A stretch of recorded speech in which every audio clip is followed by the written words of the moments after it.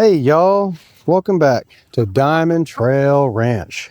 Today, I'm sharing something I wish I had found out before I ever brought home that first little chick.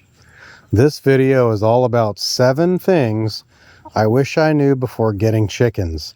And let me tell you, some of these would have actually saved me time, money, and maybe even a few feathers. So stick around while I walk you through the homestead, because if you're thinking of getting chickens or you're still new to the flock, this video is for you. Chickens are absolutely a long-term commitment. Number 1. First up, let's talk about commitment, folks. I used to think chickens were, seasonal garden projects. Just set them, forget them. Nope. Chickens can live 8 to 10 years, sometimes longer, depending on the breed and their care. And while egg laying peaks in the first 2 to 3 years, they'll still eat, they'll still drink, and they need attention every single day after that. So if you're thinking of backyard chickens, make sure it fits your lifestyle long term. Vacation, are you planning a vacation? Gotta find a chicken sitter. Sickness, did you get sick? Did someone in your family get sick? Well, you'll be out there in the rain with a hoodie and a scoop of feed anyway. They're livestock, not a lawn ornament. That's what I always say. And then we have number 2, of course. Egg production isn't guaranteed year-round. Let's be honest, it really isn't. There's so many determining factors when it comes to egg production, right? Egg laying. People imagine a dozen fresh eggs every morning, right? Like clockwork. But reality, chickens go through molts. They get broody. The list goes on. They take breaks in cold weather. They slow down just because they aged. Some breeds are more consistent. Whether you're looking at your red stars and your leghorns, while heritage breeds may be a little more moody with their cycle. Did you guys know that daylight affects egg production as well?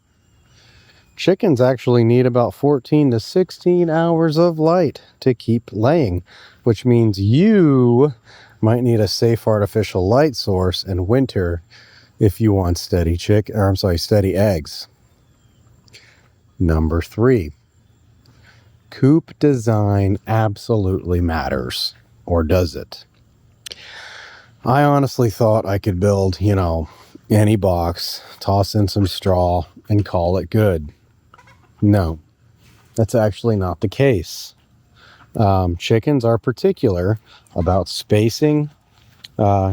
You need about 4 square feet per bird inside the coop, and 8 to 10 square feet per bird in the run. That's just the nature of chickens. If they're overcrowded, you'll see pecking, bullying, stress, and even disease. That is 100% true.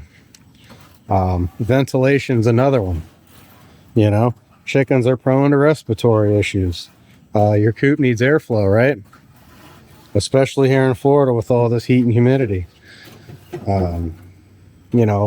Chickens, the airflow, make sure the roofs are high. Make sure they're higher than the nesting boxes. That is an absolute must. Or they're going to sleep in the wrong spot and poop all over your eggs. And who wants that? Nobody wants that, right? So make sure, again, the roofs are higher than the nesting boxes. Now we're going to talk about poop management. That's a highly, highly important one for us. We're not always ready for the sheer volume of chicken poop. They poop a lot. For many, that's an understatement.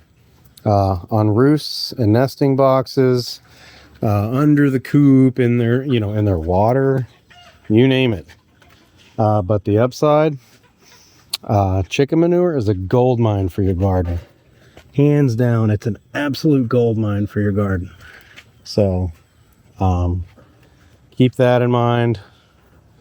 You know, if composted properly, of course, because raw poop is actually too high in nitrogen and it can burn plants. After 6 to 12 months of composting, it should be okay. It should be fine. Yeah, so I think that's that. What else? Let's see. I would keep a system. You know, you want to scrape poop boards weekly, clean the coop monthly. You want to rotate bedding to absorb waste. You want to use the deep litter method where you can in cooler months. It saves time. It adds insulation. Poop management on the daily is number 4. Number 5 is chickens aren't cheap animals. They're really not. So you'll hear folks say, you know, chickens are the gateway to homesteading because they're cheap. You know, it's arguable. Chickens are cheap. I'm sorry, chicks are cheap, sure. A couple bucks at the feed store, right? But when you tally up feeders, waters, bedding, fencing, predator protection, medical supplies, that stuff adds up quickly. Even if a basic DIYer, you know, the coop you can do yourself can run $200 to $500. Please don't buy the pre-made ones. They're absolutely insane. They're $1,200 and they're the size for like 4 chickens. You don't want to do that. That's before ongoing feed, grit, oyster shell, the occasional vet visit or mite treatment. You know, so yeah, chickens can provide food, but they're not necessarily cheaper than buying eggs at the store. What you do gain, though, is quality, a connection, and a more sustainable lifestyle in general. That's the real value there at number 5, chickens not being cheap animals.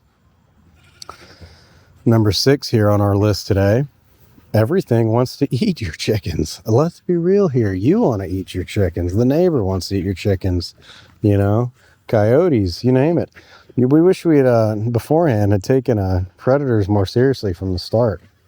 Raccoons, hawks, foxes, owls, snakes, stray dogs, you name it, man. I'm telling you, if you don't have secure latches and hardware cloth on all 4 sides, including under the ground, you know, make sure you get your edges done correctly. It's a big deal. You need to have the edges done too, because you're at that point, you're basically handing out free chicken nuggets to the neighborhood wildlife, right? We don't want to do that. So chicken wire keeps chickens in, but it does not keep predators out. There's a big difference. And here in Florida, we've got raccoons that can actually open locks like locksmiths. I'm sorry, they can open latches like locksmiths. So now we use, you know, locking carabiners, motion activated lights we have as well. We keep 2 of the rescue dogs out at night, you know, to keep patrol, which is always nice. Number 6 there is going to be everything wants to eat your chickens. What about number 7? Chickens are smarter than people think. Last but not least, chickens are smart. We didn't expect that. They know routines. They recognize faces. They come when they're called, especially if you shake the treat container. All you got to do, just pick up a bucket and they know it. They come. We've even had hens that will straight up knock on the back door over by the garage when they're hungry or they want out of the coop even, you know. They got a pecking order as well, which is a very real social hierarchy for for all chickens. I can speak from experience with ours. Introducing new birds, if you're doing that, do it slowly. You want to use a see but don't touch setup, kind of like what we got over there, for about a week or 2 to avoid fights. Even if you have different size chickens, you know, different age groups of chickens, you want to do that too, because they're all clicky. They get clicks. Give chickens enrichment, you know, logs to perch on, dust bath spots. They love that stuff, obviously. Give them some hanging veggies, melons, you name it. They love it. They'll be healthier and more productive. Bored chickens become destructive chickens. It's true. So, 7 things that I here at Diamond Trail Ranch wish I knew before getting chickens. If you're thinking about starting your own flock, or you've already jumped in and want to avoid some rookie mistakes, I hope this video helps. If you found this video useful, make sure to hit that like button, subscribe to Diamond Trail Ranch, and leave a comment down below. Let me know what you wish you knew before bringing home your first hen. And hey, if you got chickens already, go give them a treat and tell them we said hey. Thanks for walking around the homestead with us today. See you in the next video.